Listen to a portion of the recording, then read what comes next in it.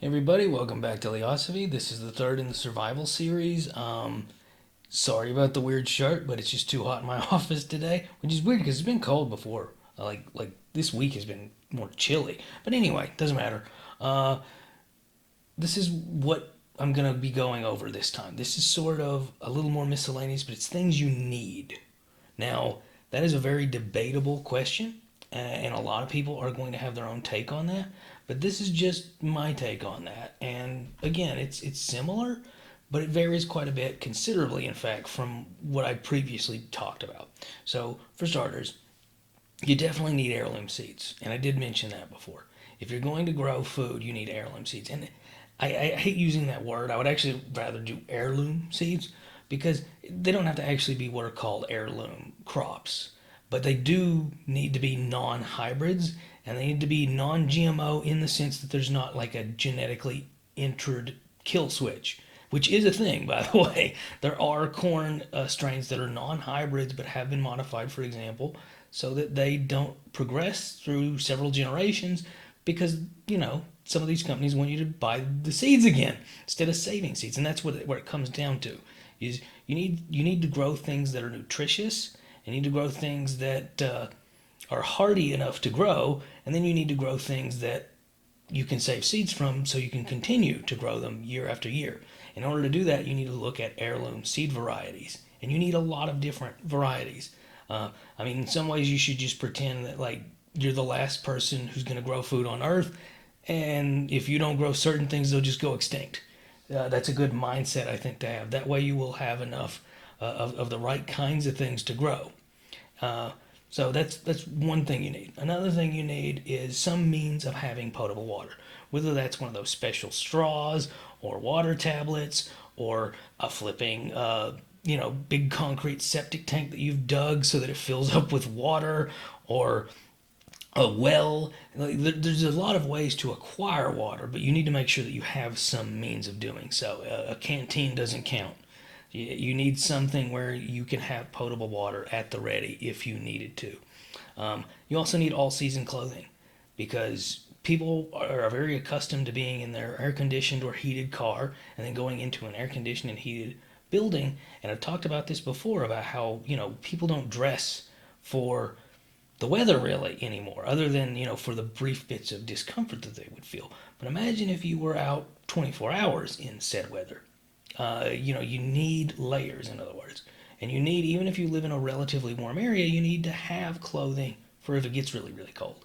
And likewise, if you live in a very cool area, you still need to have some clothing at the ready in case you do enter either an environment or simply the climate alters and you're hot. So that's very important. Learn how to layer clothing for your comfort.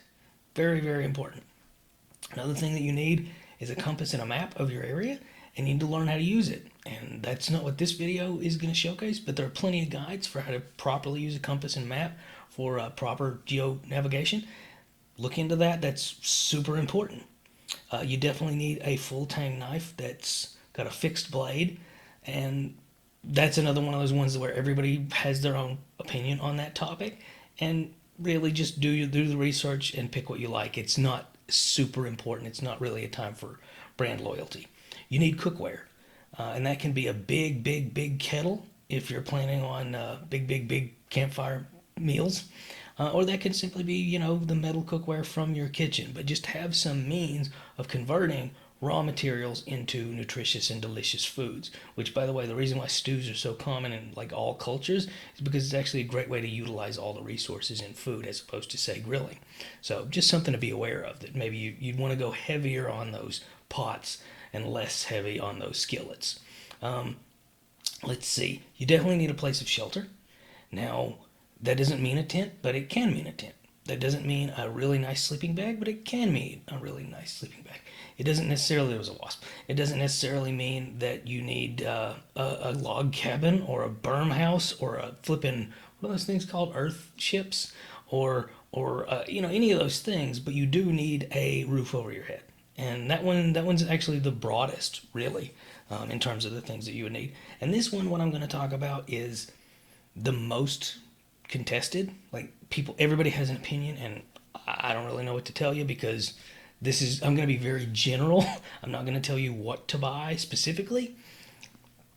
In America, in a place where guns are normal and you can have guns, I recommend you have 4 guns at least.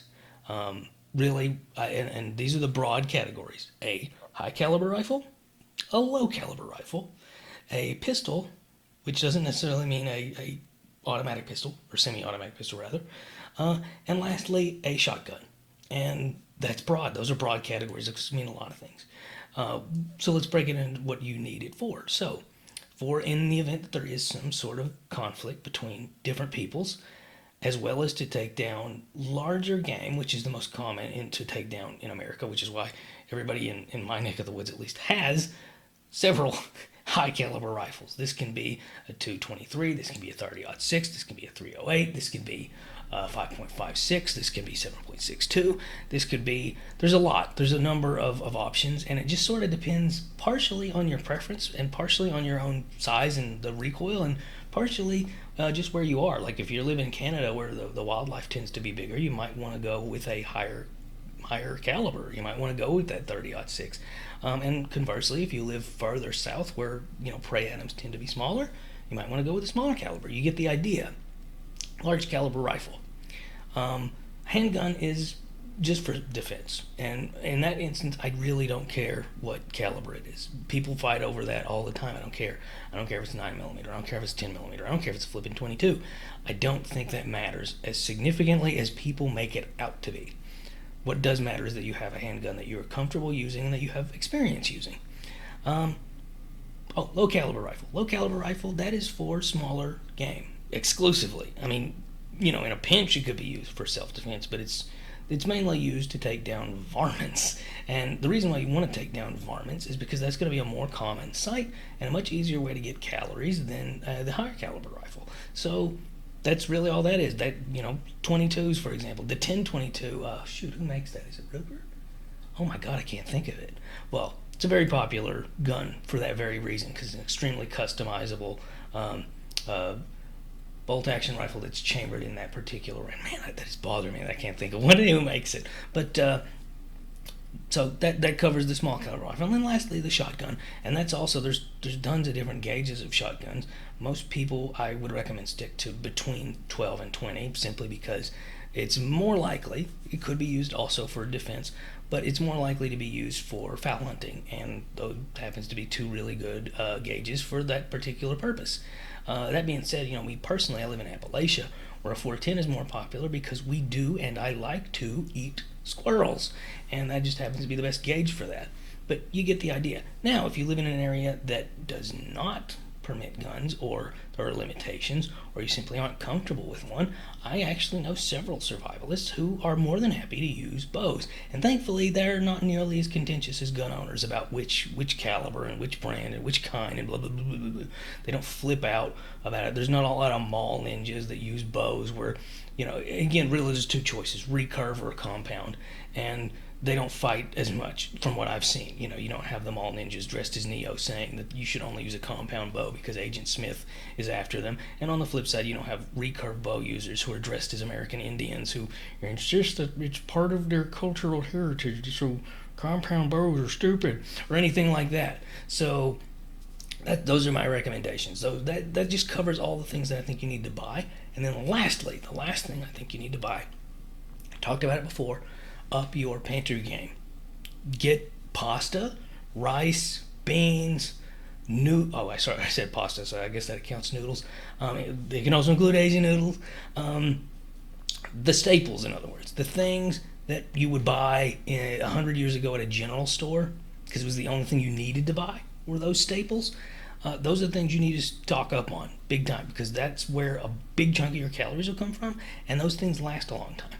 So rice, beans, flour, pasta, things of that sort, things that are nutritionally packed, calorie dense, and last a long time. So up your pantry game. That's all I got this time. Like, share, subscribe, keep asking questions. Bye.